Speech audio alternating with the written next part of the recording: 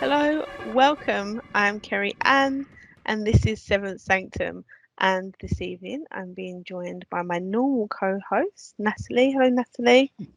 All right, although normal might be a slight. Paranormal,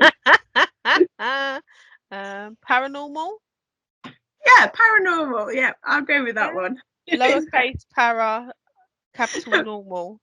Paranormal co-host. We'll go with that. And this evening, we're being joined by Lynda Brooks. Hello, Lynda. Hi, Kerry, Ann, and hello, Natalie. Hello to everyone listening as well. Thank you very much for the invite. Looking forward to chatting to you both about everything paranormal. Thank you so much for joining us. And that there is so much that I want to talk about. Firstly, I know we've made movements within the paranormal field compared to 10 years ago. It was a very male dominated um, area, field. But we seem to be, it's always good. I always love having a good show with a number of, a gaggle of women. Gaggle of Yep. women. I love that for us. Um, yeah, it's because I think that yeah, it's I mean the Ghostbusters film, not the most recent one, didn't do much for us. The woman only cast did not do much for us. No, So we no. haven't Not at all. we I had a haven't couple of arguments with my mum about that because obviously I remember the original one, and I was like, "It's nowhere near as good as the original one. I don't care how misogynistic it is." I don't know why they missed the point of it somehow. Mm. Personally, anyway, that's my personal opinion. But there was yeah. so much that they could have done with that. And Yeah. having the women and scientists and they were just badass, and then it fell so flat. So flat. It was really disappointing. But then it was really weird because for a long time I was like defending it. No, it was really good. Principle. Terrible. So, Linda, Mhm. like I've never met you before. Tell me a little bit about you and how you've got into the paranormal and what has led you to this point today. Yeah. Obviously, I got into the paranormal more so to do with not so much the TV shows that everyone, obviously, the main one that people mainly refer to back in the day, which was Most Haunted. Mine was more a spiritual path. I've got obviously a very strong connection and ability to see spirit. And at the age of 7, I had my very first encounter of seeing a full apparition. And obviously, at that age, I didn't know what it was. It was only through talking with my grandmother, who also could see spirit, that I understood what my gift was and why other people couldn't see the things that I could see. So that really got me into obviously the paranormal side of it, because I was intrigued when I used to go into different buildings, into castles with my grandmother. She'd take me around all these places, and she'd say, see what you can sense, what do you feel, what do you see, and explore your gift, because we're given it for a reason. Which was really good that I had that solid foundation to help me explore it rather than shut it down like most people end up having their parents do that.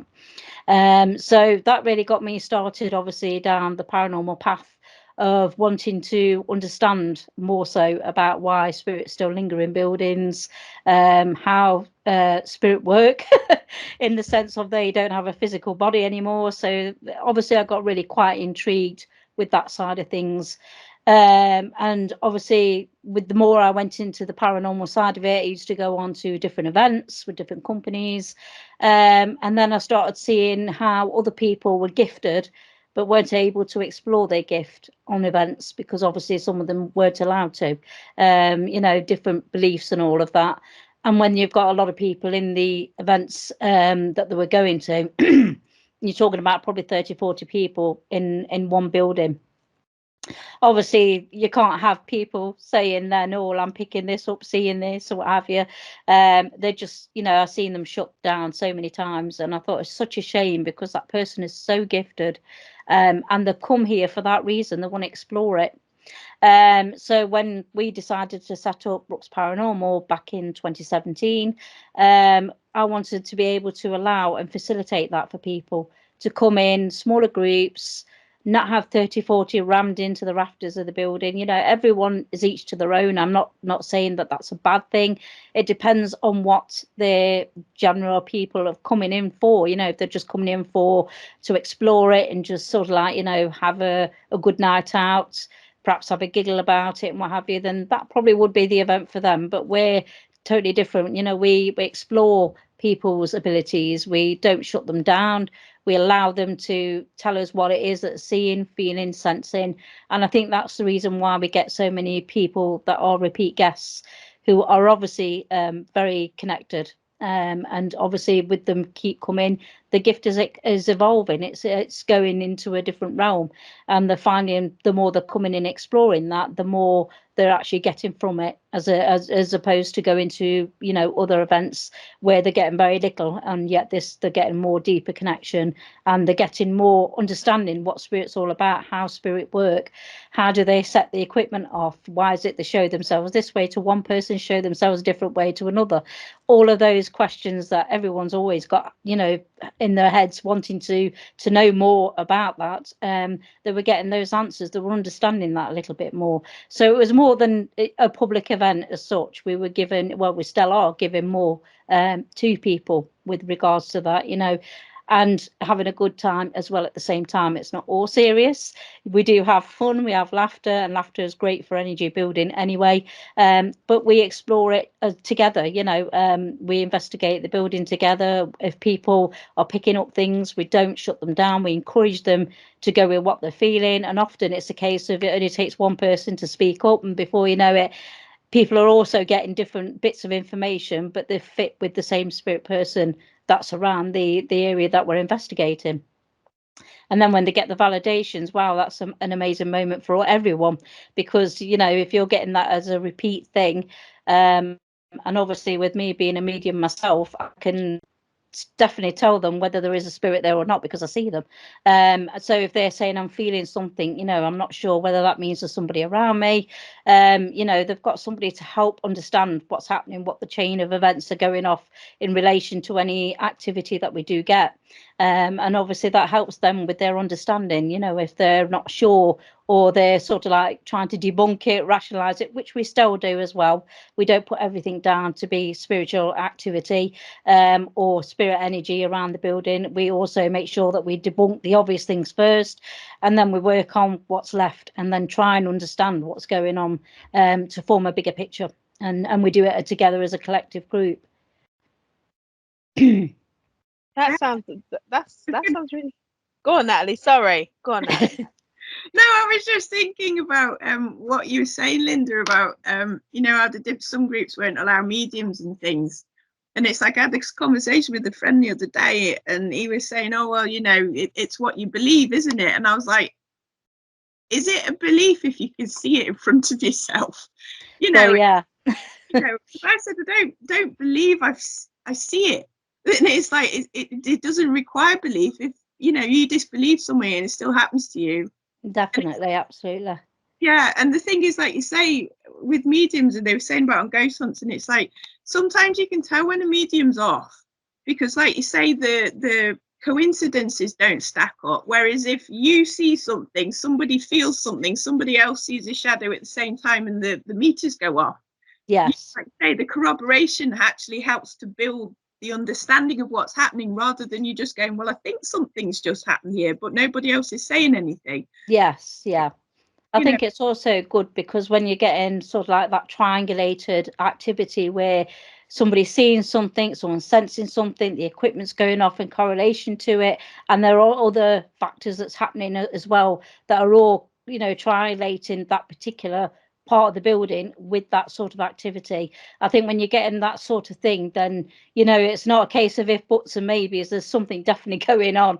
So it means you're not second guessing anything, because it's all coming together, it's all forming that there is something there, something going off, and everyone is getting something from it, you know, whether it be a case of someone sensing something, someone's feeling that they're having an illness that this person perhaps died of, or people are seeing things like shadow movements or translucent energy or a ball of energy. You know, as I say, spirit will choose whichever way people feel comfortable to show themselves to. You know, if people don't want to see someone in their death state, for instance, which often I do see, they won't show themselves that to somebody else because they know they're not going to be comfortable in seeing that. So if they're comfortable in seeing something like a ball of energy, then they're like, yeah, well, we'll show him that, because they'll be more accepting of that than the way that we're going to show them to that lady, perhaps, you know. So it's a case of, you know, energy does transform. It's a process that they choose which way they want to show people their energy, and that's, you know, that's the bottom line of it. You know, it's a case of some people are a lot more open and receiving of whatever it is that spirit choose to show, and then others are just sort of like, you know, don't show me that, just show me this, I'll be a feather on the ground will do me. That'll do me fine. I don't want to see a face or anything like that, because they just don't feel comfortable in that. They just, you know that there's something going off, and that's more than enough for them to want to come back and explore it. But obviously they're still not wanting to step beyond that. And that's absolutely fine. You know, we don't push anyone to do anything. Everything is at their own pace. Even the ones who are not open, and we do have quite a lot of skeptics on the events that we run. And we're open to them coming as well, because I think it's nice for them to also witness things that are happening that can't be explained. You know, and that we've had so many of them walk through our door and walk back out again, and they're left scratching their head at the end of the night because they still can't explain it. And I mean, we've had one gentleman who had an instance that happened to him, very much a skeptic, and he said at the end of the night, he says, I still can't debunk that. I don't know what it was, but I can't debunk it. And we're like 2 or 3 months down the line, and he still messages us now and again and says, I still can't get my head around what I saw. I still can't debunk it. And I think it's fantastic, because it's still got him thinking, you know, and that's really good. You know, to us, that's something really transformative for him, because, you know, he came in completely not open to anything. You know, there's no such thing as afterlife, no such thing as spirit, all the rest of it. And he's gone out and he's had an experience. He can't, you know, obviously debunk it. He's tried it. And it was more so to do with himself than anyone else around the building at the time. So, you know, there were other people that were with him that didn't experience the same thing as him. And that's why he can't understand it, because he's the only one that saw it. All the rest of the people didn't see what he saw. And he's like, how is that? You know, when everyone else was there, why did they not see it? And that's got him obviously got more questions than answers going off in his mind, which is a good thing. So, yeah. The problem with the paranormal thing is that, like you say, one person can see a full-on person walking across the corridor, and everybody else will be like, la la la, look at the sparrows outside type thing. And I think that's what makes it so hard to sort of prove to people that are skeptical is the individualized nature of it, really, in a way. It is very strange how it sometimes seems to target individual people. That's like, right, yeah, definitely. And I think also, spirit make a beeline for the skeptics every single time. It's almost like that person doesn't believe a thing I'm going to say or what I'm going to show, but I'm still going to give it my best shot. I just find it comical, because when that happens, you know that there's been a change, because they seem to change the shift pattern from not believing it's all nonsense to all of a sudden, I'm thinking there's something is definitely happening in this building tonight. I can't put my finger on what it is that's happening, but I know there is something going on. And I just think it's fun when that happens, because I know that spirit are wanting to show them something, not to change their mindset, but to just show them that there is a possibility that there is something beyond death, you know. So I do think as well it takes some more to believe than others. I feel if someone's got a predisposition of belief, then they're more likely to see it than someone who is less likely or a bit more skeptical. I think it's always good to have a good, healthy balance of belief and skepticism. And I think it's great when people come away and they kind of not quite sure what they've experienced, but it gives them food for thought, so they can kind of come away and challenge some of the thinking habits that they had before. But there is a high correlation between people that already have a belief system or have a belief than those that don't, are more likely to see it. it's really, and also the paranormal journey is something that is objective. That's what, so I come from a spiritual background. I was once a spiritualist, and it was physical mediumship that got me into the paranormal realm. And I always felt that and the reason why I love the paranormal is because it's so objective, whereas spiritualist mediumship is very subjective. And I think that is as well a big part of when people interpret the paranormal around them. It is really subjective to them as well, isn't it? The way they interact or the way they kind of make sense of it. So, but having a big mix of people or having a group of people that have got different kind of mindsets, always good, because then you can always have really healthy debates and conversations. Oh yeah, Around definitely. it. Absolutely, 100%. And I love that as well, you know, the fact that there are different people that come in with different religious beliefs, different beliefs about, you know, is there such things as mediums? How do mediums work? And they want to explore that. And also the fact being, like you say, they just want to know for themselves. They want not always something for everyone else to see. Sometimes they come because they just want a personal experience themselves. You know, they want something to validate that, you know, maybe the grandfather's around or the great uncle Albert's around. You know, they want something to validate that. And often they come on public events like ourselves, on doing paranormal events. They sometimes come on that to get those answers because they've tried every other avenue and it's not got them anywhere. So when they do come on them, they're not usually expecting something to happen, like, you know, for someone to pick up on perhaps a loved one that's belonged to them. And when that happens, you know, they get quite emotional because, albeit they didn't expect it, they were hoping that would happen. You know, they came in with that expectation, you know, and I know it's a place where people can pick up spirit and connect with spirit. Hopefully that connection will come through. And, you know, they're just finding it mind blowing because often they'll say to me afterwards, it's strange how before I came on the event, I was talking to, you know, whoever it was that wanted to come through and said, you know, can you make yourself known at the event tonight? Let me know that you are around, you're okay. And then somebody will randomly say, I'm picking up on this gentleman, and they'll start describing him and they're like, I know who that is. I can take that person. That person's belonged to me. And I did ask for them to let me know that they were around. So often, you know, they do get things like that, you know, a lot of personal connections, not just to do with the buildings, but that as well. But when they do get the connections from the buildings themselves, there's been quite a few wow moments, as you can imagine, when you're going into buildings that have got centuries of history.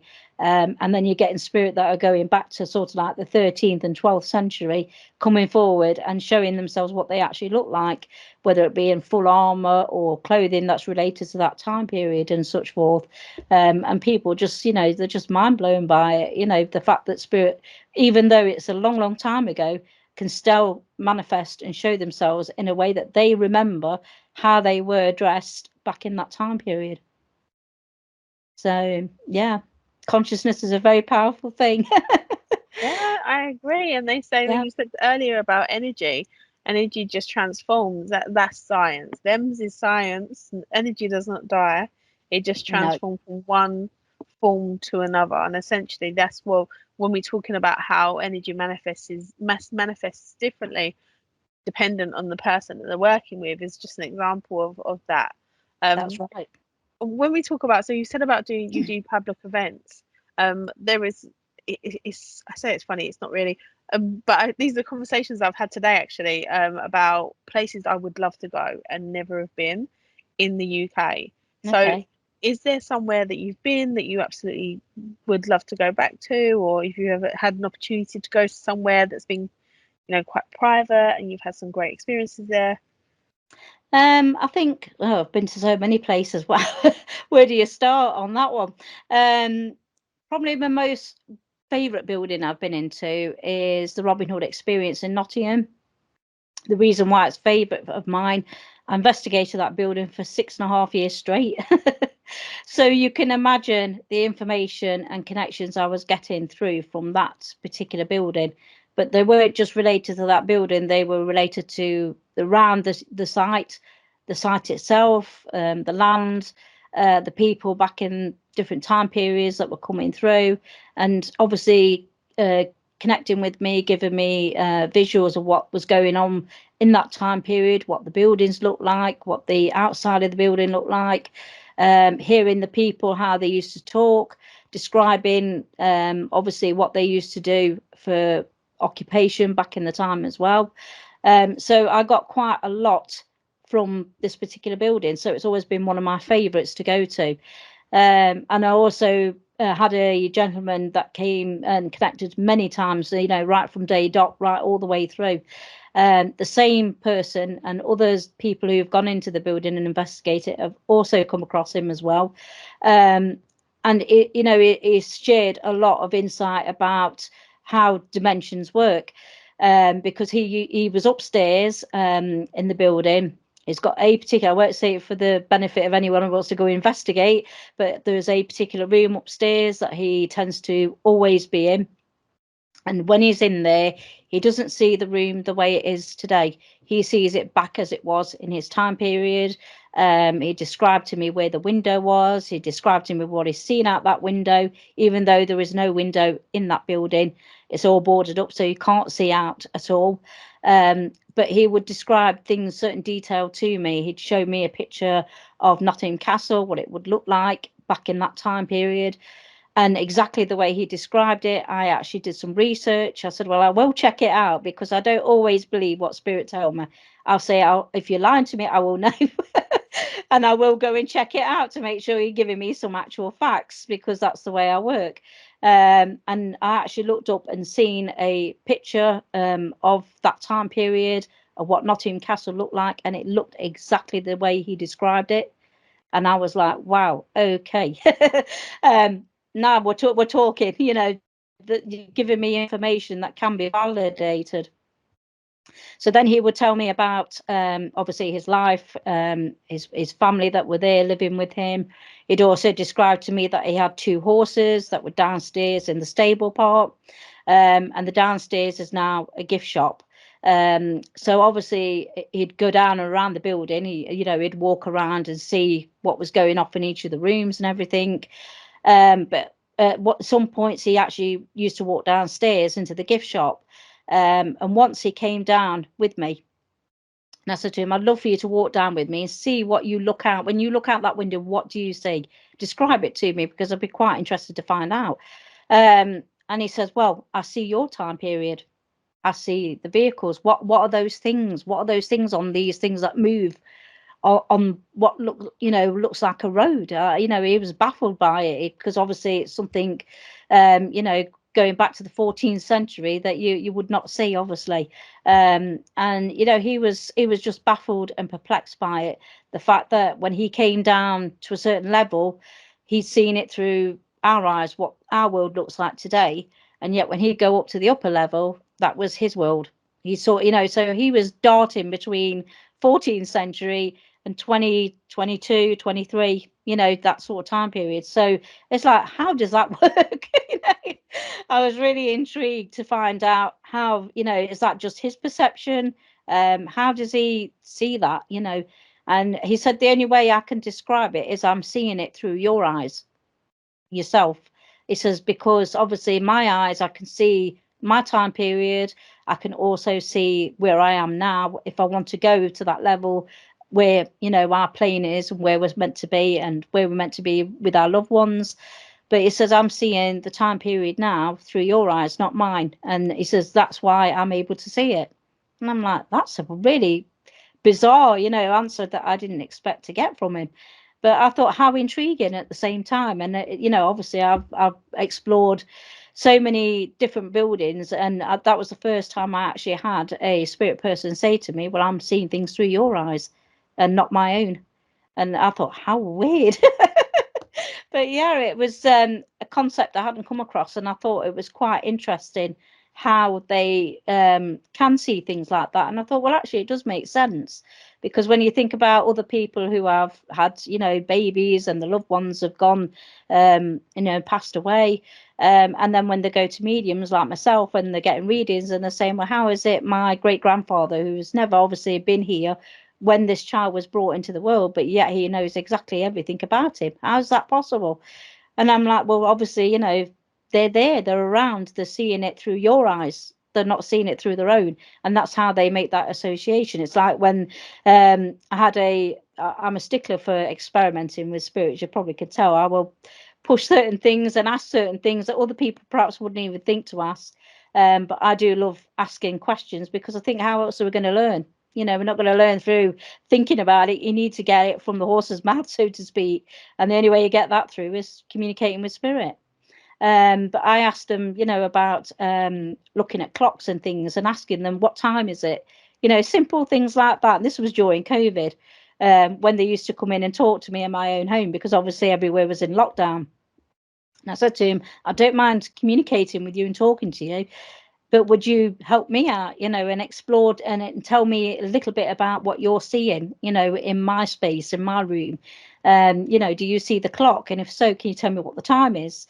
And they're like, yeah, we can tell you the time. And they did tell me the time. And I'm like, well, how do you know what that time is? How do you see the clock? And they're like, well, again, we're seeing it through your eyes. We haven't got eyes to see, so we're using your visual to be able to see it. And I'm like, I got that repetitiveness after, you know, speaking with that particular gentleman who set that ball rolling. I thought, well, that is really fascinating, because now it makes sense when people who have passed, who don't see the loved ones, you know, having children and seeing them grow up. And they're saying, well, how is it they know so much about them? Well, obviously they do, because again, they're seeing them through the loved one's eyes. So, you know, that's why they know so much. And I thought it's all making a bit of sense now, you know, because beforehand I was just so perplexed by it. But yeah, it's fascinating stuff. It really is. I don't know what to say to that, actually. It's an interesting I was just trying to think of the mechanics of it. Yeah. It's like mind blowing, isn't it? If you work on the principle that consciousness isn't limited to the body, I suppose they could potentially access some part of you that's, you know, I don't know, because like your brain gives off an electromagnetic field of sorts, doesn't it? So it's like, you know, they just sort of tap into that and get the visuals.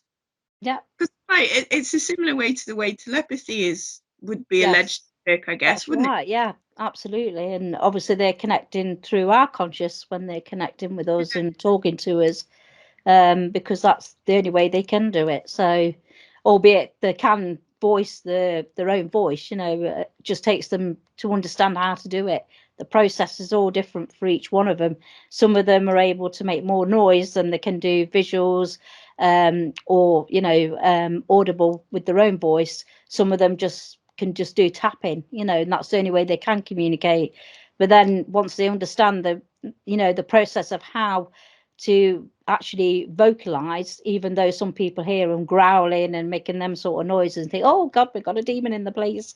It's sometimes not the case. It's actually a spirit trying to use their voice because they're not, you know, if they've not used their voice for a very, very long time and you're trying to get them to concentrate enough with their consciousness to be able to remember what their voice sounded like, to be able to amplify that out into the atmosphere for us to hear it, then obviously it's like clearing your throat, isn't it? You know, at the end of the day. And I just think sometimes there's so much misperception about what people are hearing, you know, and they're just thinking the obvious, it's something demonic. Naturally, it's not always the case at all. I mean, I've been doing paranormal investigating and connecting with spirit for years, and I haven't come across anything that I would class as demonic. So, you know, I've yet to come across that. That is an interesting thought, though, that they're clearing their medical throat. Yeah.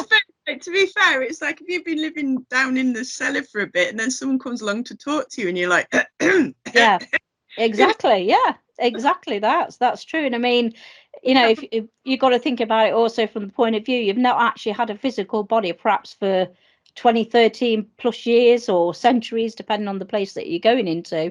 And then all of a sudden you're tapping into them and you're almost waking them up, in the sense of, oh, you know, there's somebody here that can connect with me.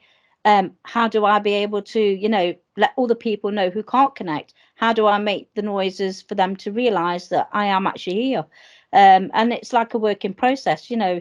It's almost like I feel like I'm teaching them to understand from our side, as well as obviously from the other side, how to bridge that gap, how to understand that they can do certain things without even the physical body. It's just knowing how to tap into that and to hone in on it. You know, it's like moving things like around the building and things. You know, it's all about mind over matter. You know, if you're consciously focusing on something, you know, they do have within the ability within them to be able to move somewhere, manifest something, you know, or even try and manifest themselves. It just takes an understanding of them to do it without thinking, I haven't got a physical. It's almost like when they go to pick a glass up, you see them like this, you know, the ghost film where you see them trying to push their hands through glass and it's just not working.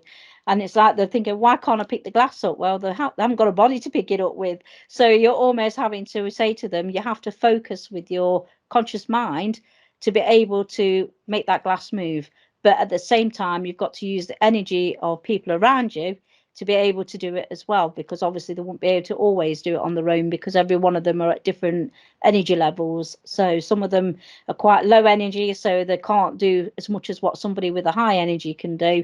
And also if they're sort of like got used to doing certain things like throwing pebbles and things like that, or, you know, making shadow appear of themselves, then obviously, you know, they've got abilities beyond what the person has that's got very low density energy. So therefore, then they're able to do more.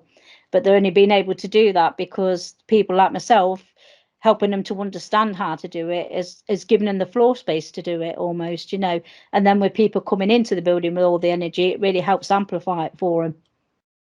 So yeah, it's really interesting. Have you ever been into a building that, I know you said you haven't come across anything sort of demonic, but have you ever been into a building that you really don't want to go back into? It's not been a building as such, believe it or not. It's actually been a cave. And that was at the Robin Hood Cave, which is within the confines of the Rock Cemetery in Nottingham. I actually come across something that people would perceive as demonic because of the way it showed itself. And it did actually attack me on a psychic level. It took me best part of a week to recover from it. And to me, it was a case of me not understanding what it was that I was being presented with.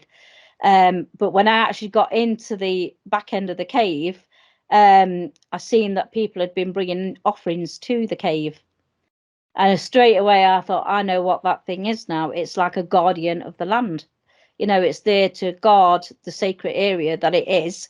And that's without the cemetery being there. It's just purely based on the land. I mean, that thing's been there long before the cemetery was even used, you know.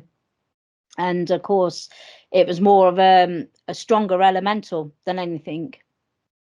And of course, as soon as it realized I was going in on its space with no offering, of course, straight away it came for me. So, you know, I wasn't the only one that was physically being, you know, psychically attacked. You know, there were other people that were feeling as if someone was ripping their stomach to bits. Some of them had got markings on the skin, and we straight away said, look, we need to leave, because obviously this thing thinks we're obviously trespassing, which we are. But the fact is, we've not brought anything to appease it. So, you know, it thinks, right, you know, get out my space. And naturally, that's what it did. So it got us out there pretty quick. But that was only because of the fact that, you know, the way it was coming at us, because obviously we hadn't brought anything for it. If we'd have brought the offering, we'd have had a different experience altogether. But it didn't frighten me in no way, shape or form, nor the guests that were with me at the time. They just found it like, you know, we felt guilty for the fact we didn't know. And it was only when we were coming out of the actual cave and walking back up to where our base room was for the night that one of the staff members says, oh yeah, a lot of people come here during the daytime, I forgot to tell you, and bring offerings. And I'm like, you could have told me that before. There you go. At least we understood what was happening, and why it was happening, and what the thing was that we were seeing as well. But, you know, it didn't put me off by no means. I would go back again, but I would go back in with the mindset of bringing something first before entering, rather than just entering into someone's space. And naturally, it was on defense mode, because, you know, it was guarding the land. So these things happen. You know, you learn from them, and that's the way it is, isn't it? We're all learning all about this paranormal side of it and the spiritual side of it as well. So yeah, but it wouldn't put me off. It wasn't scary enough to put me off, and I haven't come across anything that would say, you know, I wouldn't go in there ever again neither. You know, it takes a lot to scare me. It really does. Most people will run out the other direction when they've seen things that I see, and I'm like, hold on a minute, where are you going? That's why we're here. We're here to find out more. That's why we're here. So don't run. I have to admit, that's what I would probably do. You'd be surprised at how many people do. I turn around and most of the time I'm on my own. And I'm like, that's fine. I don't mind. Talking the other day about doing an investigation in woods in the dark, and I was like, all you'd get if we did a live would be like me running into trees, falling over, full of leaves, and it's like, like, that was a squirrel. Oh, Yeah. I had a really scary experience that we was out in an investigation in the woods, and it wasn't the paranormal that scared me, but we was in the woods and we were doing an investigation. We was really aware that there was a tent, so there was someone staying in these woods in this tent. So I was really aware of this other person. They probably were worried there was 10 of us, so we had big cameras and all sorts. So I was really aware of my surroundings, and all of a sudden I heard this rustling sound. And I looked and I could just see this little white towel. And I think it was just a rabbit. It wasn't just a rabbit, it was a badger. And it flew at me. And I've never been so scared in my life. So I think being hyper vigilant, being on paranormal investigations, it's not always just the ghosts or the things that we don't understand that freaks us out. There is a lot of other things going on. Oh, Some yeah, amazing other variables that has the ability to put the spooks in you, or another, going out in the woods and investigating is all well and good until you have to walk up some hills. That's interesting as well.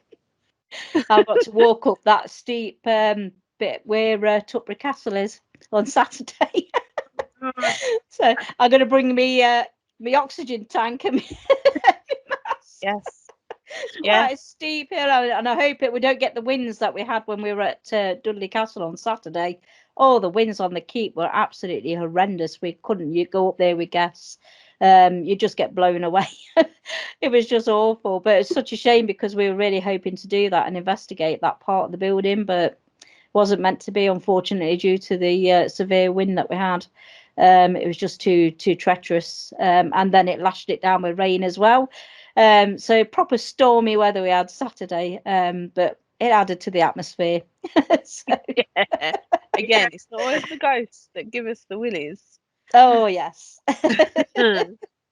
I've never been to Tutbury where it hasn't been windy. It's like, or raining. Kudos to the people that used to live there before, like when it was first built, and you're thinking it's freezing here, and in the summer, yeah, they made it in the winter with they got no central heating or anything, and it's just like, and even the clothing and that, you think, how on earth did they do it? It's layered up. They have that many layers to try and keep themselves warm. I'm sure it's the only way they did do back then in that time period. And also, life expectancy wasn't very long either, so they probably didn't survive, Natalie. Oh, yeah, that's true. Just creaky bones, that was it. It's like, no, that's no. It's too cold for this. Yeah, I'm out. Yeah. So you've got an investigation going on this weekend. Tell us a little bit about that.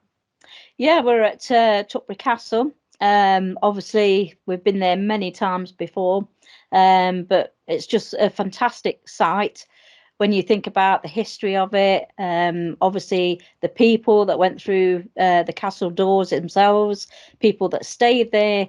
The place is just rife with history, and we always say where there's history, there's always bound to be ghosts or spirit, because more often than not, like, these are the sort of buildings that you tend to find them in. And obviously, some of them just aren't at rest, some of them still stick around the place, and we love finding out, well, if that's the case, why are they there, what keeps them there. So yeah, it's a fantastic place to investigate. We're all really, really excited to go. And obviously, you know, it's such a shame that the wonderful I can't even say the words. Person who's looking after the castle, I'll make it that way because I can't get my words out, tongue tied.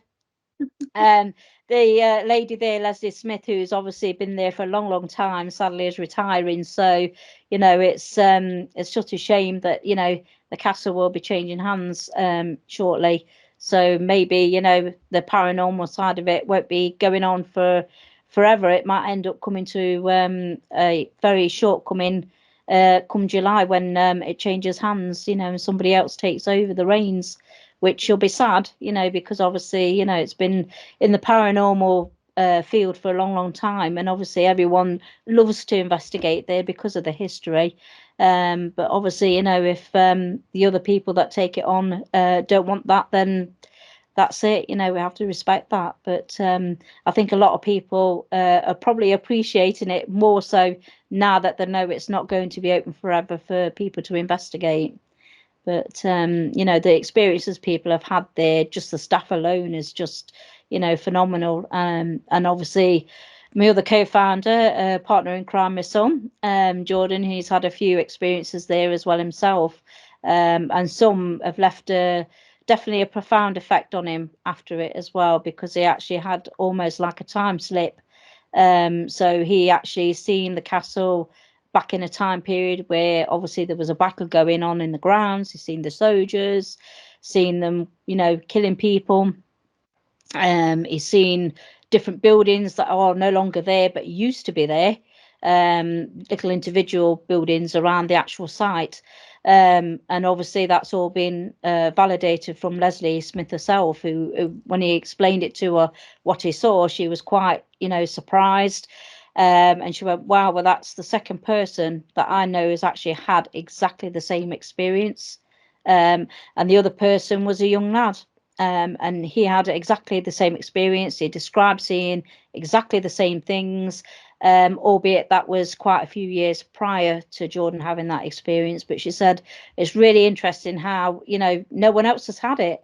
And why did it? Was it just two people that actually experienced that? You know, a younger child and obviously an adult. You know, why is it that there was such a big gap between the two experiences? You know, you couldn't put it down to imagination or anything like that, because obviously Jordan didn't know this young lad, and the young lad obviously doesn't know Jordan, and obviously, you know, no one else had experienced it. So it's an interesting factor, really, and something again, you know, that's left her very perplexed in regards of, you know, how has that experience happened? What's is it something within the atmosphere? Is it the weather that's contributed it to them having that experience? What triggered it? You know, that was the interesting thing that she's finding to explore, you know, why these things happen, you know, and why is it just, you know, an individual that's had it when there's been other people there on the same day, on the same night, and not experienced anything like that, you know. So it's really interesting.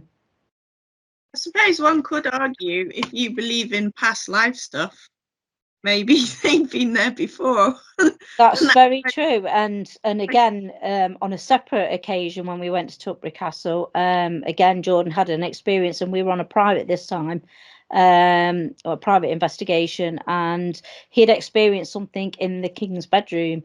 And again, that left him, you know, profoundly affected. Even to this day, he still recalls it because it was so so vivid, the information he was getting and what he was shown. And obviously we do think that was part of a past life that he'd actually had a snippet of. And the gentleman he was with at the same time also had a connection with him and also saw exactly the same thing. So, you know, the both of them were connected in some way. And it was, you know, we believe they were either in the past lives, there were something to do with the Knights Templar, or they were Knights Templars. We're not sure, but they were actually seeing themselves in different, obviously different dress, but all described it as similar to Knights Templar outfit that they used to wear back in the time. And also the fact being that their face was different, but somehow they knew it was them. So again, could be past life regression there that we're going off. Something triggered it for that past life to be shown to them in some way. But yeah, so it'll be interesting when we go back on Saturday whether anything else comes forward, you know, and whether he has any other experiences, because that's twice in two separate investigations where he's had two separate things that have come forward, you know, one to do with himself and one showing him what the building used to look like. So whether they're to do with the same thing or not, it'll be interesting to find out. Yeah, But yeah, I'm a big believer in past life. I think everyone's had a past life. Souls have to regenerate somewhere, don't they? So they've got to go somewhere. When I used to do horses, it's like we'd get some horses, like there were foals, and it was like we didn't have to teach them anything. It's like they already knew it. Yeah. And you can't explain it to people. It's like, but you know, we used to have like 20, 25 foals each year, and some of them just knew what to do, and they were like really good about everything. And everyone's like, oh yeah, it's just temperament. I was like, no, these particular ones, it wasn't all, you know, you get the odd one every now and then, and you're like, they know what they're doing already. And it's stayed past that, and that's what made me think about definitely, because it's like, you know, you think, well, actually, you know, it does kind of make sense really in a weird kind of way, especially like your energy thing, like the recycling of energy. I mean, it does kind of, if you like being around, there's no reason why you can't recycle yourself back into Well, I'd imagine at some point in time it's going to get quite overcrowded somewhere over there, so it's got to go somewhere, hasn't it? You know, so where would you be placed except back into a, you know, a different physical vessel, you know? But again, all your past lives are probably stored at the back, but at some point in time something triggers them to bring them to the forefront of your mind, and that's when people tend to realize that they've had either a deja vu moment where they feel like they've lived there or they've been there before but can't place ever been there themselves, you know, in this time period. But yeah, it's an interesting subject. It is. I was having this conversation with not this exact conversation, but this conversation around this with my youngest, who's a teenager. Just randomly said, "Have you got a birthmark?" I said, "Yes, I have got a birthmark." And he was like, "Well, I haven't, so I've only lived one life." I was like, tell me more about this. So it's not an unfamiliar concept, is that your birthmarks are there, a sign of what's happened in your previous life, a mark from previous life. But yeah, he hasn't got any, so he's convinced this is his first ever. And I was like, lucky you. Lucky you, because I've been here before, and when they said to me, what level do you want to go at this time, I said expert. Yeah. I have regrets. So many regrets. I chose expert level. Clearly I got a bit ahead of myself. So yeah, so what's your thoughts around that, and birthmarks and you know, signs of past life? What are your thoughts? Yeah, I do think there's definitely something in that, because, you know, when you've heard, you know, documentaries of people obviously going through past life regression, and especially when some of them are going back to the Civil War and things like that, and they remember, you know, really vivid detail of being on the battlefield, the rifles that they used, what their you know, rank was. Details that only the person living that would know. And then they're coming out with all that information, thinking, wow, well, where's that information coming from? You know, can't have dreamt it up. If they're somebody in a sort of like, you know, early teens or in the 20s, and you're going back to a civil war, you know, obviously that civil war happened long before they were even a twinkle in the mum's eye or the dad's eye, whatever. But, you know, obviously you can find certain things out, yes, from reference books and things, but certain detail like, you know, rank numbers, and, you know, really vivid detail that you wouldn't find in textbooks, and they're coming out with that. Well, that's a whole different matter. Where did that information come from? That part intrigues me more. It's the information that they can retrieve that isn't public knowledge. Then you think, well, where's that? If that's come from them, obviously it's got to have come from something that's deep within the consciousness that's been unlocked. which means obviously that the way that they're describing things, it's if they were actually there, but not obviously in this life, in previous life. And then when you get them saying, well, you know, I had a gunshot to the chest, or, you know, I had something happened to my back. And then you look and you see where the wound entry point, for instance, would be with like a musket or something. And then you look and you see that there's actually a marking where that site would be, where they're saying that musket went through in a past life. And you think, wow, that's intriguing. You know, that marks in that particular area as well. You know, it could be anywhere on the body. Why is it in that particular area? So again, you know, it does make it a bit more interesting when you're looking at past lives, because there's so many things that you think, yes, you know, you can debunk certain things and say, oh, well, you know, it's all in your mind, it's what you're reading and what you're seeing, and it's giving you those things to make it look like you've had a past life. You're just regressing things that you've seen, you know, throughout your own lifetime, not through a past life. But then when you're going on a deeper level and then you're retrieving information that, you know, is not something you can find anywhere, that's what I think makes it more compelling. Yeah, and there is so many stories, isn't there? Oh Like from gosh, yeah. Titanic and from atrocities, and I have a really big fear of being in dentists. And when I did a little bit of regression, there was talk of about that it was a form of punishment, that I had my teeth pulled in a past life, and that's why I had this really big phobia of dentists and stuff. So, I mean, it's all interesting. I keep a very open mind, Definitely. and but it is all interesting. So, we are coming to the end of our show. That has gone so quickly. Gosh, it has, yeah. So quickly. Could you just an overhaul of where everyone can find you, your socials, and if they're interested in coming along or learning more about their developing mediumship and being able to apply that into the paranormal world as well, where could they find you? You can find us on Facebook. It's Brookes Paranormal. That's BROOKES Paranormal. We are on TikTok. We're on X. I was going to say Twitter, but it's now X, isn't it? We're on Instagram, and obviously all our events are on our website, which is www.brookesparanormal.co.uk. All the events that we have upcoming now are all live on the website for you to look at and explore. We also do not just the ghost hunts, we do overnight stays in different locations, so you get, again, the most out of your night. We do also ghost walks, we do Victorian seance nights. So there's a whole plethora of different things for different people who are into different things to do with the paranormal, whether it be, you know, a ghost hunt or just a seance night.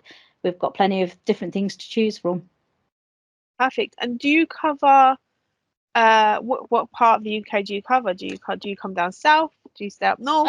We mainly stay around the Midlands, but we have gone out towards Northamptonshire, Peterborough, you know, that's Cambridge, all different areas that we're starting to explore out now. So, you know, they're all there on the website. If you want to look at the map, we've got a map grid that tells you exactly where the areas are that we actually investigate, and also the locations that we investigate in that area as well. So they're all easy to be able to access on the website.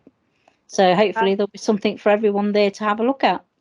Absolutely. I'm really interested in the Victorian seances. Oh, they're brilliant. I love them. And you can't beat going back to traditional methods, you know, and not using all the flashy gadgets. I just think you get so much out of it from your own personal perspective. And I think equally, you know, spirit do get a lot out of it as well, because it's again a more personalized experience, not just for the person, but also for the spirits of the buildings. So, you know, it works both ways. One piece of equipment I haven't used and I would love to, but it's linked to the Victorian methods. But the spirit horn, I've never used the spirit horn before. No. And it's something I would love to try. Definitely. It'd be an interesting thing to explore with. And I think there's so many different things now that, you know, people are finding to explore, you know, not just about, you know, the updated ITC apps and all the IT gadgets that you can find out there for getting into using in the paranormal field, but there are just the simplest things that people can now use, and it's sometimes the simplest things that you get the most out of it as well. So, you know, I always say explore with everything. There's nothing off limits when it comes to the paranormal. You know, sometimes it only just takes something in a cardboard box, you know, and a simple thing on top of it, like a K2, just to see if anything goes around it. And then just use your voice recorder to see if any communication's caught when you're asking the questions, what's in the box? Tell us what's there. And see if you get a reply. You know, it's just simple things to explore with that, you know, don't cost a lot of money, but they also can give you some answers as to whether there is anything there.